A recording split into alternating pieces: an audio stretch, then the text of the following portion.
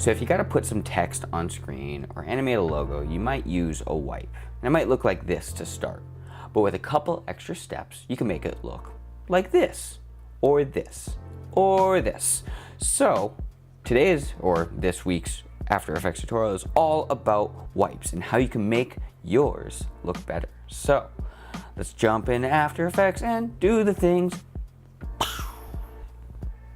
Alright, so we are in After Effects, and I'm going to assume that you already know how to make a composition, but if you don't, highly recommend checking out some other tutorials. I will link in the description on the basics, but we're going to make first a text layer that we're going to wipe on. So it is morning, I just had my cup of coffee, because I like coffee.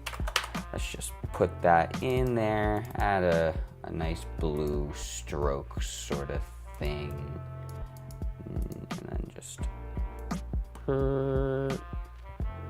doesn't matter. All right, so what we're going to do is we're going to pre-compose that. Control-Shift-C, do text source underscore PC. Great. Next, we got to make the wipe. So we're going to use shape layers. You could use solids if you want. Does not matter. And we're going to go into those rectangle properties, transform, anchor point -960, and then -960 on the position. You could use a plugin like Smart Rect or something like that to do this, but we're just going to keep it simple. Animate the scale, so unlink the scale property, set the X scale to 0, and then we'll move forward about 1 second. So shift page down twice, then page down 1, 2, 3, 4 to 24 frames, and then set that to 100. Woo, got an animating block. Select those scale keyframes and then hit F9, go into the graph editor, give that graph a little bit of love, and now that looks a little nicer. Great. Next, what we're going to do is set the track matte on the text source layer to alpha matte, and then cool, got a wipe. Now what we're going to do is we're going to take that shape layer we just made, pre-compose that, and we'll call this matte reveal comp number 1 pre-comp. And then nothing happens, does the same exact thing. So we're going to duplicate that matte comp twice, 1, 2, and then we have basically the same animation and doing the same thing. So for these 2 layers, the block that we just duplicated, we're going to set the second one on our layer in our composition to alpha inverted. And what that's going to do is if we solo that, so we not going to see the text, we're going to see nothing. So what we have to do is offset the top layer in time by 1 frame, 2 frames, or whatever else. And then now what we're going to see is this block on screen.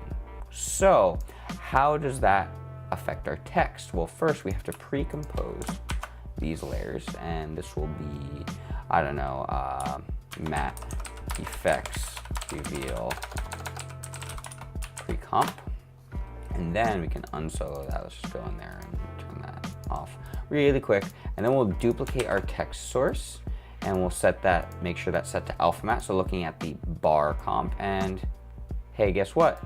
We're getting that bar. Let's just poke the eye out. Thank you, Evan Abrams, for that little fun joke. And now our wipe is doing the same thing again, but if we solo the text source that's looking at just the bar, then we'll see that, hey, look, we're only getting a portion of it.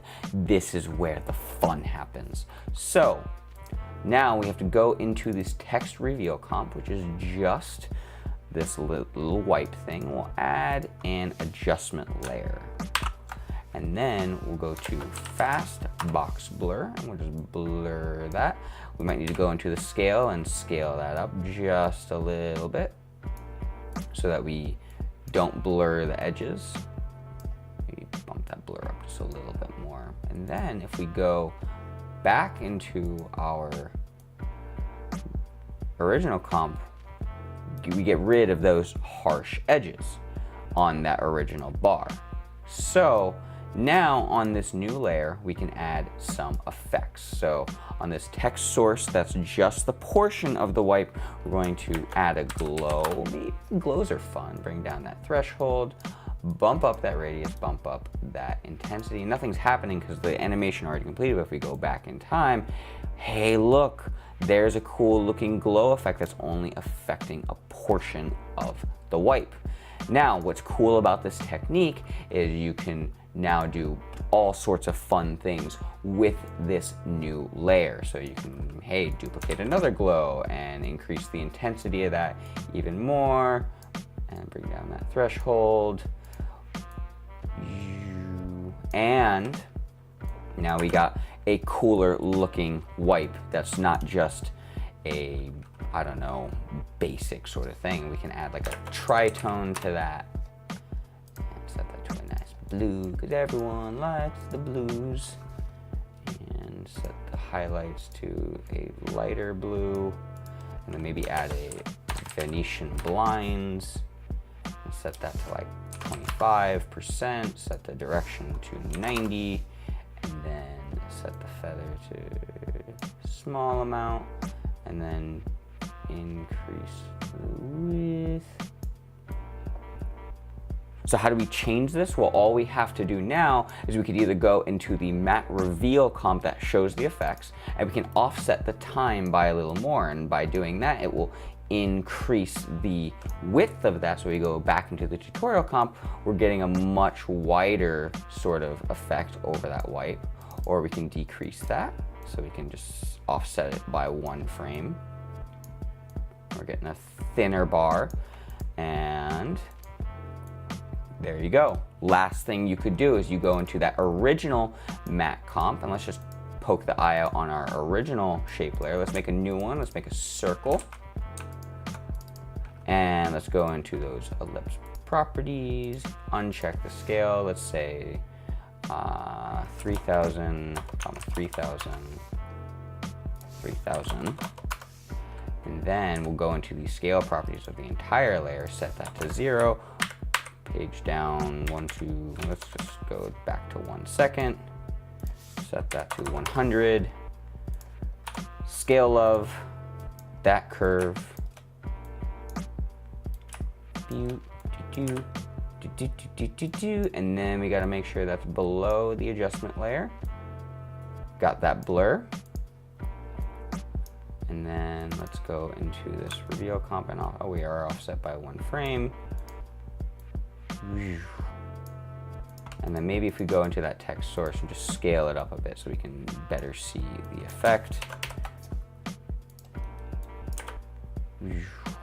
Cool beans. A lot of cool ways to play with this effect because you're just getting a portion of that wipe, so you can change the effect in lots of ways. Now, last thing I want to show you is to add some texture to this. Let's go back into that matte reveal comp, and we can just on that adjustment layer or make a new one, doesn't matter. And let's just add a turbulent displace and just bump up, decrease that size, and then amount. Now we got this cool looking texture, and we can duplicate that if we want, and then increase the scale even more. So we got this cool looking thing, and all you got to make sure is that in your matte comp, everything, all the transparency is gone. So if you click on this little box right here, we can see the transparency. So we just got to fill the screen with something. So if you go back here, now we got this cool looking texture, and we only have the bar, the portion of the wipe selected. But if we go back, cool beans. So that is how I pull off my wipes for more advanced logo animations, and you could do some templates with this if you want. I hope this was useful. If it was, let me know in the comments down below. If you have questions, please let me know. And yeah, thank you so much for watching. My name is John Jags. I hope you enjoyed this After Effects tutorial, and I will see you, beautiful people, in that next video. I gotta think of something else, but yeah, bye.